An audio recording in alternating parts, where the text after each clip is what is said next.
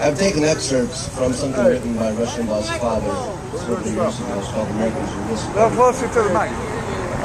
You can't hear me. Now we can. What are you supposed to say? Can you hear me now?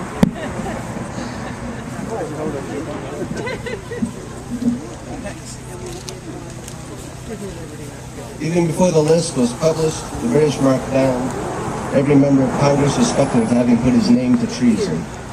All of them became the objects of vicious manhunts. Some were taken, some, like Jefferson, had narrow escapes.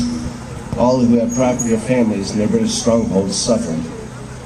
Francis Lewis, New York delegate, saw his home plundered and his estates in what is now Harlem, completely destroyed by British soldiers. Mrs. Lewis was captured and treated with great brutality, though she was later exchanged for 2 British prisoners. Through the efforts of Congress, she died from the effects of her abuse. William Floyd, another New York delegate, was able to escape with his wife and children across Long Island Sound to Connecticut, where they lived as refugees without income for 7 years. When they came home, they found a devastated ruin. Philip Livingston had all his great holdings in New York confiscated and his family driven out of their home. Livingston died in 1778, still working in Congress for the cause. Lewis Morris, the 4th New York delegate, saw all his timber, crops, and livestock taken. For several years, he was barred from his home and family. John Hart of Trenton, New Jersey, risked his life to return home to see his dying wife. Hessian soldiers rode after him and he escaped into the woods. While his wife lay on her deathbed, the soldiers ruined his farm and wrecked his homestead. Hart, 65 years old, slept in caves and woods as he was hunted across the countryside. When at long last, emaciated by hardship, he was able to sneak home. He found his wife had already been buried and his 13 children taken away. He never saw them again. He died a broken man in 1779 without ever finding his family. Dr. John Witherspoon, signer, was president of New Jersey College, later called Princeton. The British occupied the town of Princeton and billeted troops in the college. They trampled and burned the finest college library in the country. Judge Richard Stockton, another New Jersey delegate and signer, had rushed back to his estate in an effort to evacuate his wife and children. The family found refuge with friends, but a Tory sympathizer betrayed him. Judge Stockton was pulled from bed in the night and brutally beaten by arresting soldiers. Thrown into a common jail, he was deliberately starved. Congress finally arranged for Stockton's parole, but his health was ruined. The judge was released as an invalid, but could no longer harm the British cause. He returned home to find his estate looted and did not live to see the triumph of the Revolution. His family was forced to live off charity.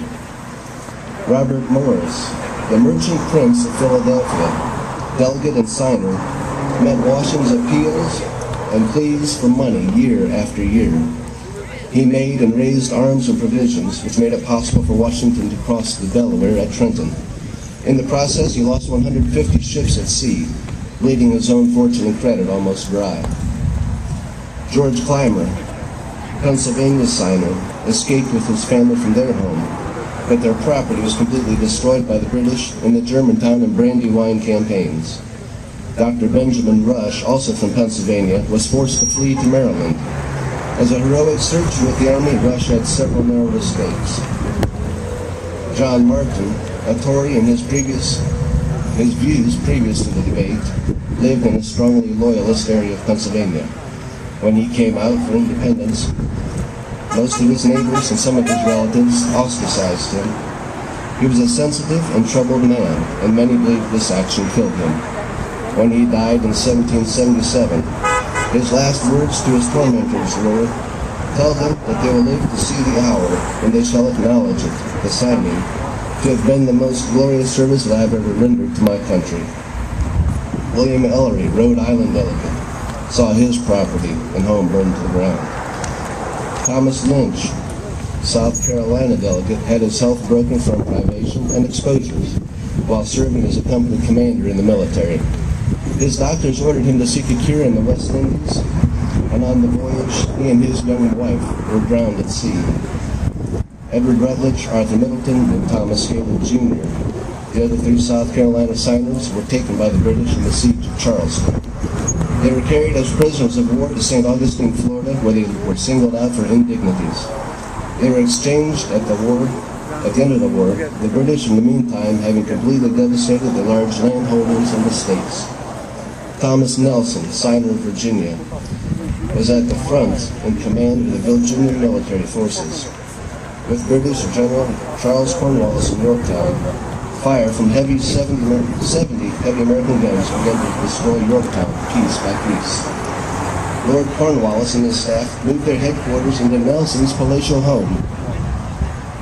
While American cannonballs were making a shambles of the town, the house of Governor Nelson remained untouched. Nelson turned enraged to the American gunners and asked, "Why do you spare my home?"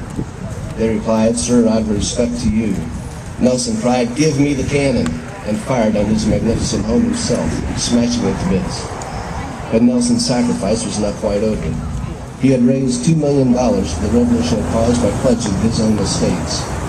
When the loans came due, a new peacetime Congress refused to honor them, and Nelson's property was forfeited. He was never reimbursed. He died impoverished a few years at the age of 50. Of those 56 who signed the Declaration of Independence, 9 died of wounds or hardships during the war. 5 were captured and imprisoned, in each case with brutal treatment. Several lost wives, sons, or entire families. One lost his 13 children. 2 wives were brutally treated. All were at one time or another the victims of manhunts and driven from their homes. 12 signers had their houses completely burned. 17 lost everything they owned. Yet no one defected or went back on his pledged word. Their honor and the nation they sacrificed so much to create is still intact. And finally, there's the New Jersey signer, Abraham Clark. He gave 2 sons to the officer corps in the Revolutionary Army. They were captured and sent to that infamous British prison hulk afloat in New York Harbor, known as the Hell Ship Jersey, where 11,000 American captives were to die. The younger Clarks were treated with a special kind of brutality because of their father. One was put in solitary and given no food. With the end almost in sight, with the war almost won, no one could have blamed Abraham Clark for acceding to the British request when they finally offered him his sons' lives if he would recant and come out for the king and Parliament. The utter despair in this man's heart, the anguish in his very soul, must reach out to every one of us down through 200 years with his answer, no.